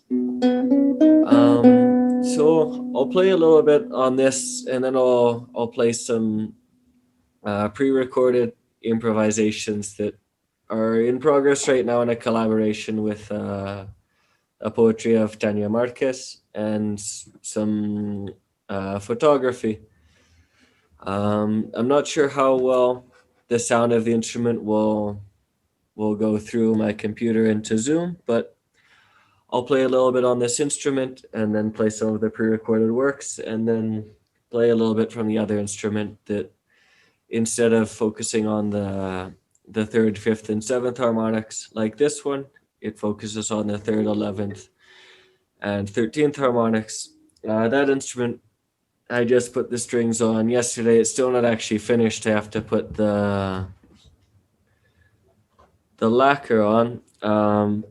So it's a little bit new, but we'll see how it goes.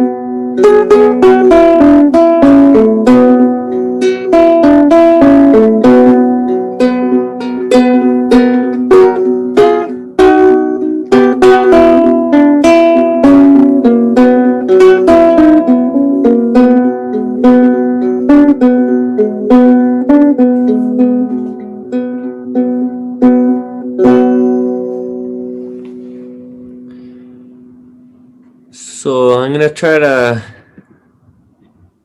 play one of these videos here.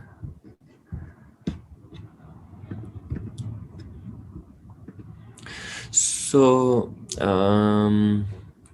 so this next one, it's using a bit of a different tuning for this instrument, where we have the lower string tuned down a step. The tuning I used for the last one is the normal Requinto tuning of 5 strings, which is C, D, G, C, and F.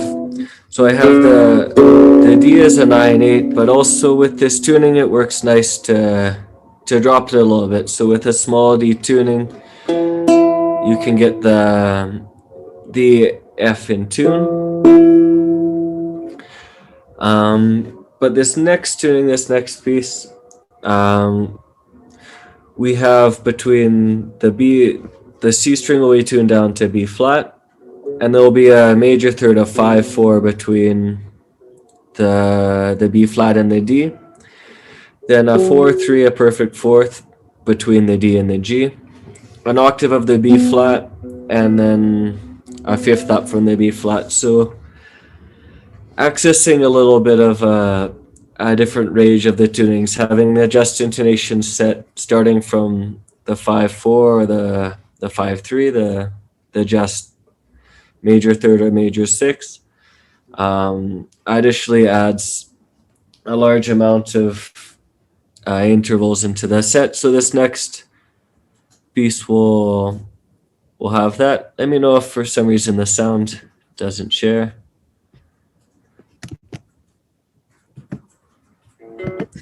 Oh.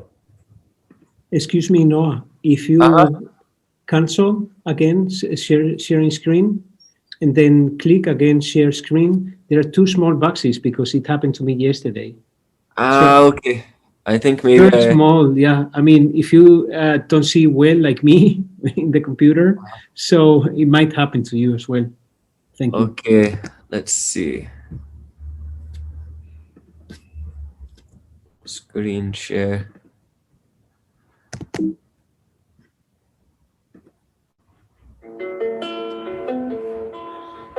Great, we hear.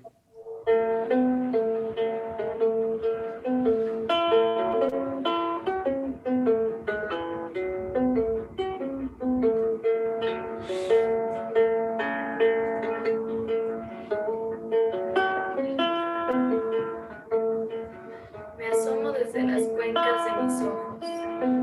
¿Qué mundo es este? ¿Qué mundo es este? El sol es una gran pantalla hojiabierta. El río canta estática televisiva. Son mis venas una red de cables que transportan sanguinarios pensamientos. ¿Qué hemos hecho? ¿Por qué la memoria sangra? Contradice mi propia voz lo que ha dicho. El pensamiento es un hacha que lacera el alma. Es la mente tierra que la pide a la libertad. Es aquí donde nace la desesperanza. Es aquí. No son más que sombras las soledades. No son más que sombras arrancando su ropaje. Es este limpio asesinato del tiempo. Mi vista no tiene reposo. Aunque ardan, no cierro los ojos. En cada rincón orinado de esta ciudad, un encobijado vaga con una perturbadora mirada estática. Los danzantes comen pozole en un plato de unicel. Mobles te pide dinero y luego te dice culera. Incendios, crímenes, prostitución puliendo la sangre. Y luego la euforia y placer que sienten reproduciéndose. Por las noches cada calle es la sala de espera de un hospital. Los ojos son perros durmiendo. Los cabellos son pintura derramada o espinas de cactus. Y las piernas, sillas viejas. La ciudad no para de sudar. Sonríe con labial rojo de forma frenética, impúdica. El aire es irrespirable. Alguien cuenta un fajo de billetes transparentes. Damos asco, damos asco. Solo hay esperanza donde los mapas se acaban.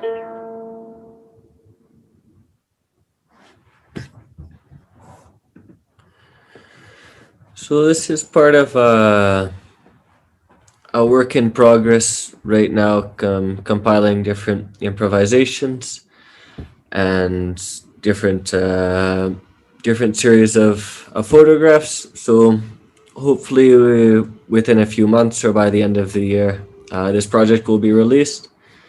And so this is the first presentation of these works, which are still in progress. I thought that they might be a bit more appropriate than improvisations that are caught by the laptop speakers. So one of the things I found interesting about these instruments, and because I've spent most of the time playing piano over the past few years, and tuning a piano takes quite a bit longer than tuning a stringed instrument, and retuning in the middle of a performance isn't very practical. So once you choose the set on a piano, you're kind of stuck in there. However, with these stringed instruments, especially in just intonation, a small tuning within one string, especially over a series of a piece, can really allow a set to be quite a bit larger. Because I've heard a lot of a criticism of just intonation systems that it doesn't really allow for modulation. That once you choose that, you're only going to be playing in one key. And sure, in comparison to some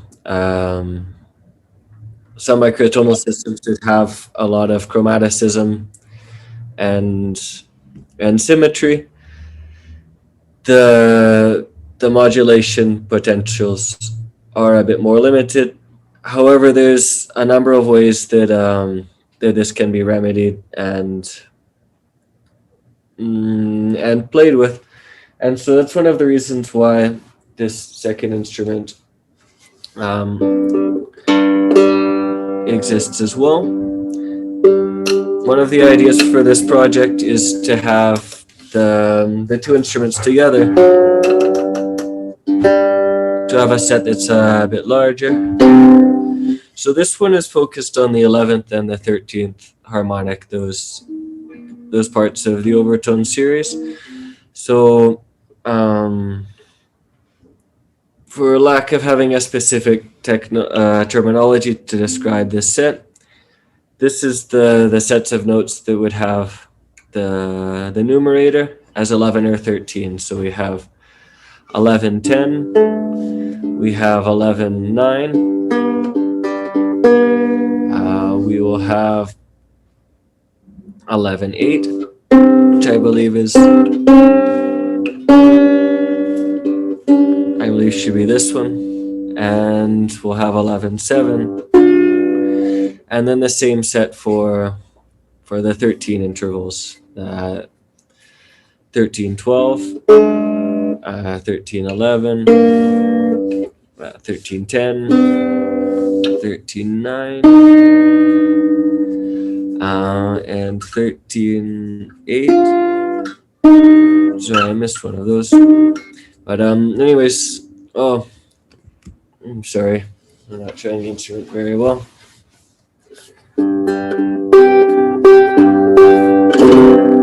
Anyways, that's the idea of this set. As I said, this instrument just got its strings on yesterday, so I still need to become a bit more comfortable with it, but I'll play a little bit of it to get the idea of the sound and how it changes using the different harmonics. And one of the questions I wanted to answer of this is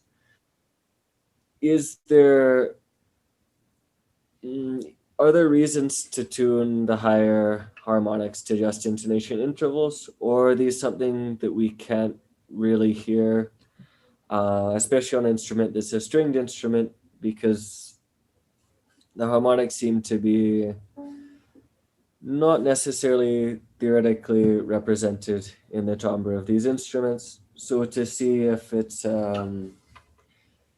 worth exploring, making stringed instruments that explore the high parts of the harmonic series, or if there's not enough accuracy to actually represent these sounds, that having tempered systems is is the only way that's really reasonable. And I have found so far that at least up to the 13th harmonic, these sounds are they're represented well. They don't sound the same as this system's kind of similar to 17 equal, and the harmonics do sound quite differently. So I'll play a little bit on this one.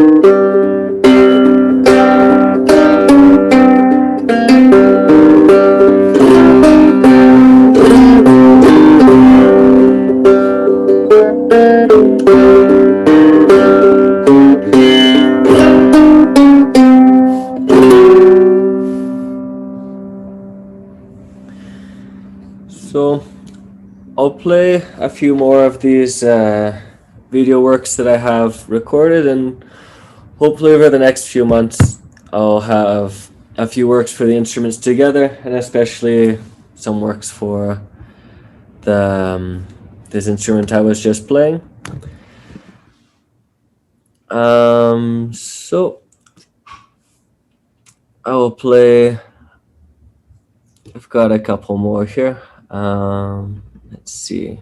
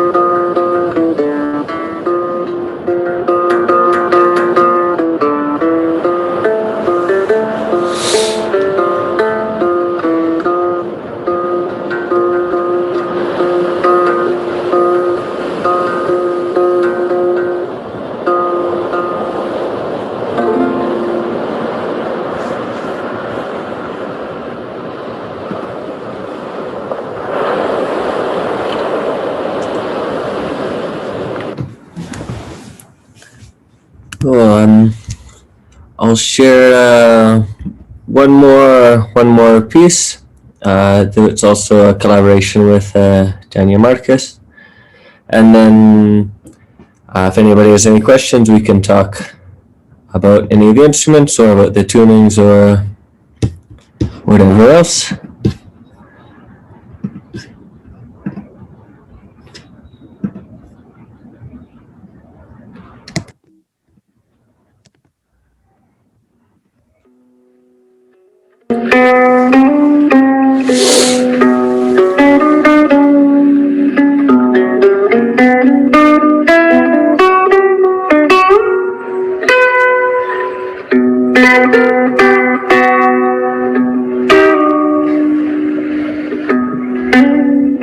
Cada vez que lo lanza, cae justo en el centro del mundo.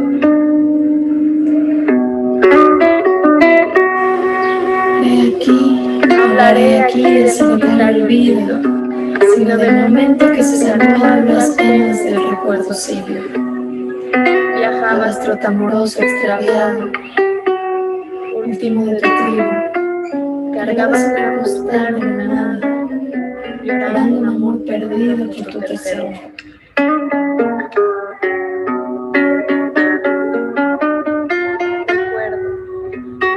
Más que el suicidio de la luna en el mar, en tu geografía interna había mapas que ensombrecían las nubes, olas y mareas que seguían. Trajiste todo el mar del mundo a la costa del Pacífico. Días chorreaban luz líquida por las ranuras de mi piel. Tantos paisajes recién creados. Tuve un reino de maravillas en tus manos encantadoras. Creímos estar más allá del abandono. Nos cubrió un manto de minutos perdidos. Y en Un vértigo tan intenso como el deseo de caer, Lucía atropelló a todos los nos. Tu saliva helada prendió mi cuerpo. Mis pezones de chocolate amargo se derritieron en tus pupilas. Y tu sexo habitaba bien mi boca, esclavo de mi lengua, de mi país y mi violencia. Mis muertos, mis muertos, cuántos muertos azarosamente se encontraron como cuerpos soldados al viento. Antes al ritmo de la sangre, entendimos que en eterno el tiempo no transcurre. Alguna vez yo fui el centro de un tronco girando. Ahora sé que no es el recuerdo lo que se desvanece, sino los ojos. Los lugares donde nos amamos, tu héroe. En un invento siniestro del deseo, llueve la sed. Te busqué como que no sabe más que buscar. Extrañar que es una reacción orgánica de cada alma. Voy y vengo, te pido ven. El verbo vuelves, pero ¿quién es él? Amanecí sin ti, y supe que las fronteras son irremediables. ¿Dónde comienzan mis pies? ¿Dónde terminan mis ojos? Como el lento vaivén del tronco antes de caer, así nos desamamos, para girar de nuevo, cada uno en su ruta, cada uno en su centro.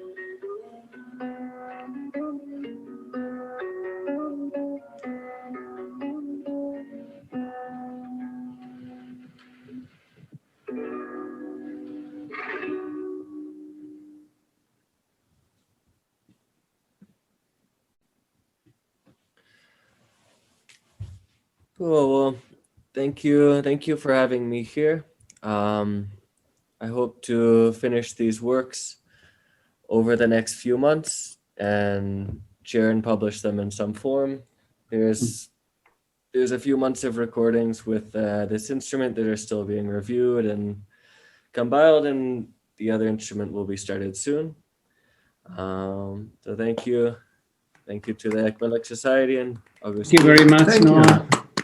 Congratulations. This is really a beautiful project. We're really looking forward to seeing the whole thing when finished. Thank you very much for sharing this.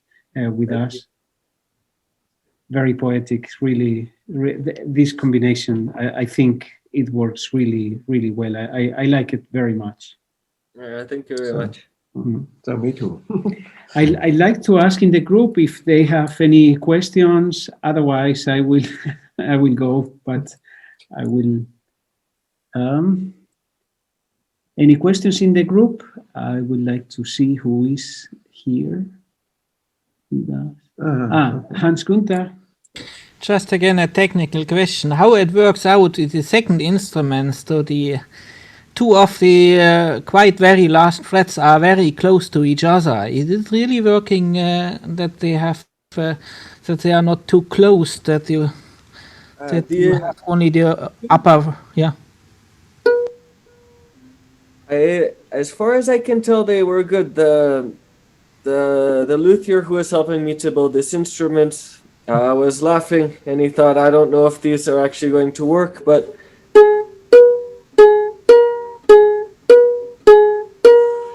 they do still have a distinct sound. I believe this is between the 11 to 7 interval and the 11-6 and the 13-7.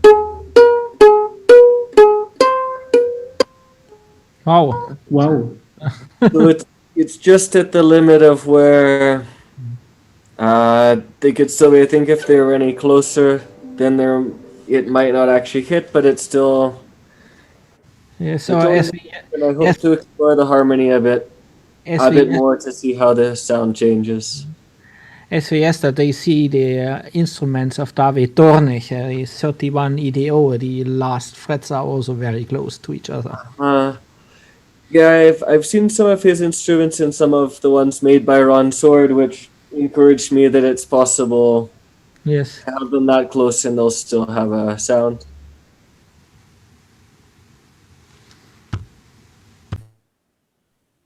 Any more questions in the group?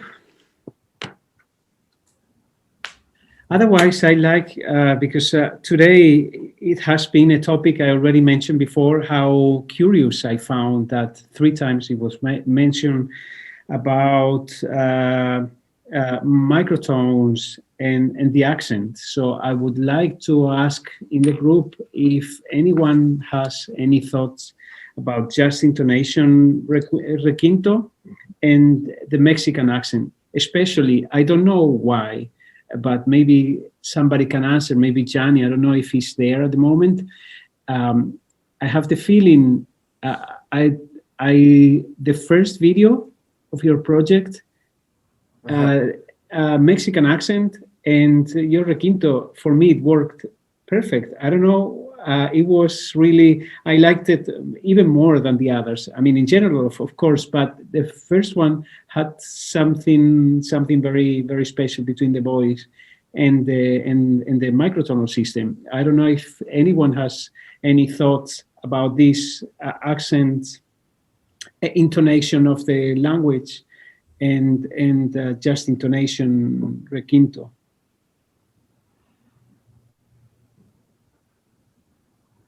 Otherwise, we leave it open. I'm sure we have still a few days. And Noah, if nobody is still waiting for a question, I mean, you can raise your hand, please. I'd like to ask you about the strings. Are they normal requinto strings? I think they are nylon. Do you have any experiences with different strings? Actually, these have. They're both classical guitar strings, except for the G string on this one is a specifically made requinto string that they use for the G. For some reason, it's a bit thicker and a bit of a different material than the others. And the others, I think, most common are classical guitar strings. The second one is more is using strings that are high tension for flamenco. Nylon strings, I believe. And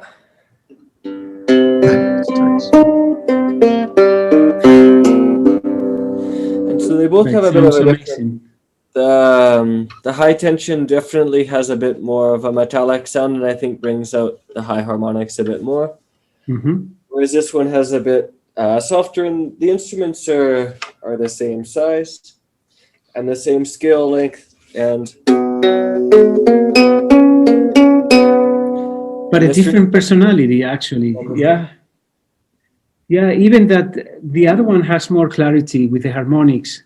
This is warmer, and for my taste, because I use also microtonal scordatura, for my taste, I think these strings, I mean, I personally like them more, but I wanted to hear you about different experiences with different strings. So far, my experience has only gone up to this with the two different sets of strings I have on these instruments. I'd eventually like to explore the conical strings that have been developed with the hyper piano made by William Setaris. Because on his piano he had built some strings that the thickness changes from one end to another, and through his calculations found ways that you could essentially program the strings to have different harmonics present. That being said, it was still, he had made one set for a piano that was represented in a certain way, and then a program to explore that. But the actual process of making strings specifically for different harmonics, I think, still hasn't been explored too much, because it's an engineering and manufacturing problem that I think could be quite expensive. Okay. Yes, Kevin Hobby and William Setaris. Yeah, I was going to ask you about a reference, about some names. Okay, thank you very much, Hans Günther. And I think that would be very interesting to see how it could be applied to an instrument like this. If the fretting had representations of different harmonics, if the form of the strings represented that tuning as well, I think that there could be a lot of possibilities for the sounds. That's something I would like to do in the future, but still have not. Yesterday, Matthew Salis, I don't know if he's with us at the moment. I asked him why he used for one of his compositions. It was really a fantastic composition. Why he used acoustic guitar, and he said because of harmonics, actually, of the clarity, which I agree with this. And did you try also maybe some other like metal strings, acoustic guitar strings in the Requinto? I still haven't experimented with different strings. It's still only less than 6 months with this one, and only 1 day with this one. But I'm sorry for the stress. As it goes through, I will continue with different strings to see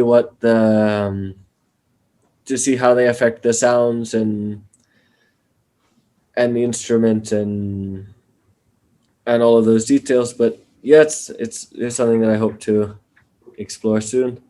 Well, congratulations, Noah. Really great work. Yeah, we will be paying attention to following your work. Yeah, very much looking forward to. And I will try again. I'm sorry that I asked directly, but in the group, Hans Günther had a question. Anyone else has a question for Noah Jordan?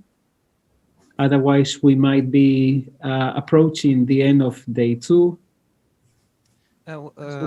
I have one question. Hi, Noah. Great presentation, great music. Congratulations.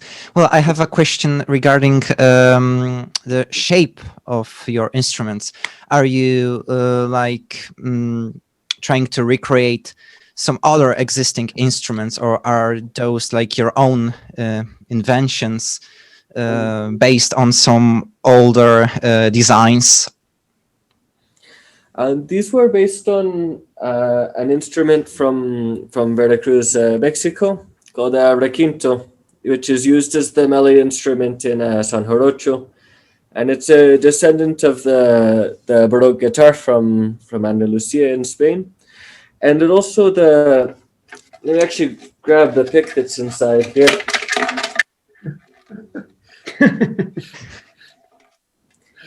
If you see the pick, it's very similar to the pick that they use for the oud, and and the way of playing it is actually quite similar. And the pieces in San Jarocho begin with a declaration to signify the chord progression, which actually listening to it sounds a lot like how in the beginning of Arabic classical music, they will often be an improvisation to declare the scale. So the Arabic influence on this music is likely there, especially in this instrument in the form it's played. So it's based on the Requinto Jarocho from Veracruz. And I worked with a luthier in Veracruz who was building these, and following his design. They're not the most traditionally made because a lot of the music came from the sugarcane plantations.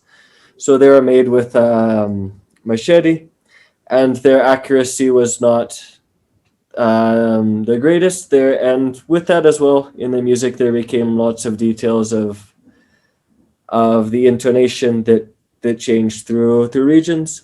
This is kind of a more of a modern version based on that, using machines and current technology to have a bit more accuracy, but it's based on that instrument, the Requinto Jarocho. Okay, thank you very much. Any more questions, please?